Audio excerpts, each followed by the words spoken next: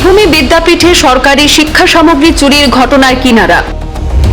মাত্র 24 ঘন্টার মধ্যে বড় সাফল্য পেল শ্রীভূমি সদর থানার পুলিশ। দ্রুত তদন্ত চালিয়ে এক অভিযুক্তকে গ্রেপ্তার। উদ্ধার চুরি যাওয়া এলইডি টিভি, প্রজেক্টর এবং ইউপিএস।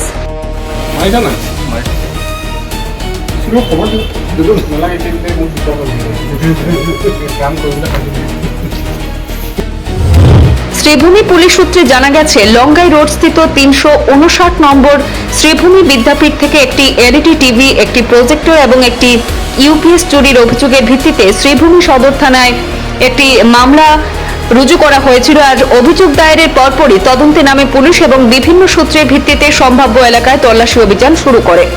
সেই তদন্তের সূত্র ধরে পাথারকান্দি থানার অন্তর্গত এরালিগুল এলাকার লঙ্গাই ব্রিজ সংলগ্ন অঞ্চল থেকে 19 বছর বয়সী ফজল উদ্দিনকে গ্রেপ্তার করা হয়।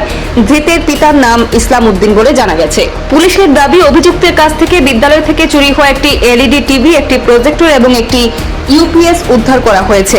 উদ্ধার হওয়া সমস্ত সরকারি সামগ্রী পুলিশ নিজেদের হেফাজতে নিয়েছে। বর্তমানে ধৃতকে জিজ্ঞাসাবাদ করে ঘটনার আরও তথ্য সংগ্রহের চেষ্টা চলছে। একই সঙ্গে এই চুরির ঘটনায় কোনো সংঘবদ্ধ চক্র বা অন্য কোনো ব্যক্তি জড়িত রয়েছে কিনা তাও গুরুত্বের সঙ্গে তদন্ত করছে শ্রীভূমি পুলিশ।